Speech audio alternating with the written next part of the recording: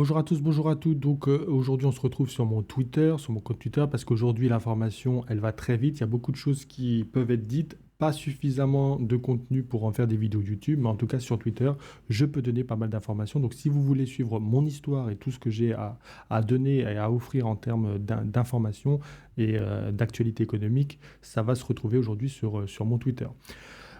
Je précisais donc le 6 avril que les banques centrales autorisent l'endettement, mais cela ne signifie pas que les banques prêtent automatiquement cet argent. Pourquoi? Parce que les banques évaluent bien évidemment les risques, la solvabilité des clients et les taux d'intérêt pour protéger leur propre stabilité.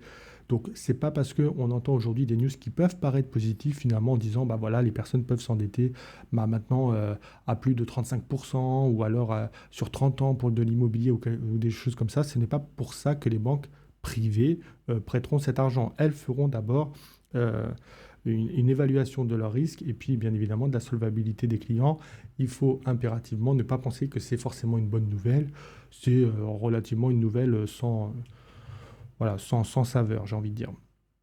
Le 7 avril, je parlais du resserrement monétaire. Donc, ça se concrétise généralement sur l'économie réelle en 1 an et demi. Donc, les États-Unis y sont à peine. Quand je parle de resserrement monétaire, donc c'est à partir de la première hausse des taux. Quel impact ça a sur l'économie réelle et quelle durée? Généralement, c'est à partir d'1 an et demi qu'on a vraiment l'impact. Donc là seulement, aujourd'hui, ça va commencer. Et l'Europe suit de près. Donc, crise à peine entamée. Je sais, c'est pas forcément une bonne nouvelle. Et c'est une mauvaise nouvelle carrément, même pour les actions. Donc, préparez-vous et soyez vigilants. Je parlais également des marchés du semi-conducteur qui reflètent donc la croissance économique et la construction immobilière, les conditions de crédit. Et actuellement, ils sont en recul majeur. La construction immobilière, moins 40% sur le dernier trimestre 2022. Le marché des semi-conducteurs, c'est pareil. Il y a des entreprises qui commencent à perdre de l'argent sur le dernier trimestre. Voilà, ça va très mal. Le marché des semi-conducteurs, c'est quelque chose qu'on peut analyser très rapidement. Je veux dire, après la crise du Covid, lorsqu'il y avait beaucoup de consommation, que les gens avaient beaucoup d'argent, il y avait des pénuries de semi-conducteurs. Aujourd'hui, c'est l'inverse. Les gens achètent beaucoup moins de télé, beaucoup moins de téléphones et ainsi de suite. Donc là encore, ça ne peut pas être bon pour les actions. L'économie donc en surchauffe produit des valorisations excessives au ratio financier record. Mais attention, ce pic est temporaire et le retour à la réalité pourrait être brutal. Euh, Pourquoi je parle de ça? Parce qu'il y a des valorisations euh, qui, enfin, on a une économie en surchauffe qui donc produit des valorisations excessives et au ratio financier record. Et quand on regarde ces ratios, donc on va sur des sites internet, peu importe le nom, et on regarde un peu ce qui se fait. Et puis là, on se dit, bah tiens, c'est cool, finalement, les ratios, ils sont tous verts, ils sont tout beaux. Ça me dit que finalement, c'est plutôt une bonne opportunité d'investissement. Et puis en plus de ça, les analystes, bien évidemment, estiment que ça va augmenter au fil des années. Attention, on est dans une économie en surchauffe et donc des valorisations qui sont excessives et donc des ratios records. Ça ne va pas durer. Ce pic est temporaire et le retour à la réalité donc pourrait être brutal pour des entreprises qui sont actuellement surévaluées. On a également donc la preuve que l'économie ralentit. On a des bénéfices des entreprises qui baissent et les prévisions seront bientôt revues à la baisse de la part des analystes. Les géants d'aujourd'hui, on pourrait dire aussi les valeurs refuges d'aujourd'hui deviendront moins chères, rivalisant donc avec les valorisations modestes actuelles et entraînant un cercle vicieux de baisse. Ce que je veux dire par là, c'est qu'on a pu aujourd'hui, c'est plutôt compliqué, il va falloir s'ouvrir un peu plus que d'habitude, et parce que les valorisations qui sont modestes actuellement vont se retrouver finalement en compétition avec les valeurs refuges qui, à mesure que les bénéfices vont baisser, que les prévisions seront revues à la baisse, eh ben, elles vont diminuer, elles vont baisser et vont venir finalement voilà, faire un petit peu de l'ombre à des valorisations qui, elles, sont modestes aujourd'hui, mais pas pour des raisons qui sont tout à fait connues. Donc là encore, méfiance, et je disais aussi, petit rappel amical, les marchés ne s'effondrent pas avec la hausse des taux, mais plutôt avec leur baisse. L'économie bascule, les revenus des entreprises chutent et les analystes révisent leurs prévisions. Donc restons attentifs et informés.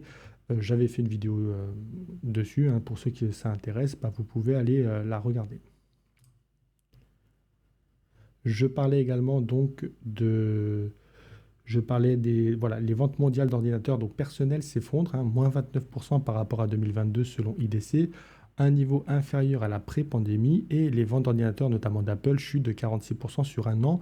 Ça nous offre une perspective donc de l'économie future, c'est-à-dire qu'on a de plus en plus de secteurs qui sont en difficulté et ce n'est pas parce qu'on a du Apple par exemple dans son portefeuille qu'on est à l'abri, certainement pas, ça coûte cher et quand les gens ont moins d'argent ou qui ne peuvent plus faire des crédits conso, et ben voilà, ça chute tout simplement. Et là, on est typiquement dans quelque chose qui va se retrouver à un moment donné dans le prix de l'action à mesure que du coup, bah voilà, les bénéfices vont baisser et les prévisions également vont diminuer. Et ça viendra chahuter ce genre de titres des entreprises qui sont plutôt bon marché aujourd'hui. Donc attention. L'optimisme ou réalisme, hein, trop de pessimisme nuit aux affaires. Bien évidemment, toutes les personnes que vous écoutez aujourd'hui ne peuvent pas être pessimistes. Sur les plateaux télé, ils n'ont aucun intérêt à être pessimistes. Ils font tous du placement de produits, ils invitent tous des PDG d'entreprise, donc personne ne va être pessimiste en disant bah non, vendez mes actions aujourd'hui c'est trop cher, ou alors que demain ça va être très compliqué. Euh, mais moi, ce que je dis, c'est que voilà, il faut l'importance d'analyse réaliste en période de ralentissement économique ne doit pas être négligée. Méfiance, les valeurs au voilà, prix sur bénéfice attrayant aujourd'hui pourraient perdre de leur charme demain. Oui, aujourd'hui, on a des ratios, donc je l'ai dit tout à l'heure, on a des ratios qui sont excessivement bons. Ça peut paraître attrayant aujourd'hui, mais bien évidemment, ça pourrait perdre de leur charme demain à mesure que les analystes réviseront tout à la baisse et que les bénéfices des entreprises donc baisseront. Donc là encore, soyons vigilants. Et l'inflation frappe encore plus de secteurs. Aujourd'hui, on a Maison du Monde qui annonce des baisses de prix pour 140 produits face à des ventes en berne en 2022. Le nombre d'industries en difficulté augmente malgré un taux de chômage encore contenu. Vigilance.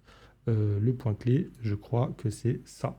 Malgré un taux de chômage encore contenu, on a beaucoup de choses encore à vivre en tant qu'investisseur et en tant que, voilà, sur cette crise de 2023 qui est en train de se dessiner. On ne va pas y échapper et on va pas y échapper et malheureusement donc voilà, il va falloir faire avec et il va falloir aussi en tant qu'investisseur faire des bons choix.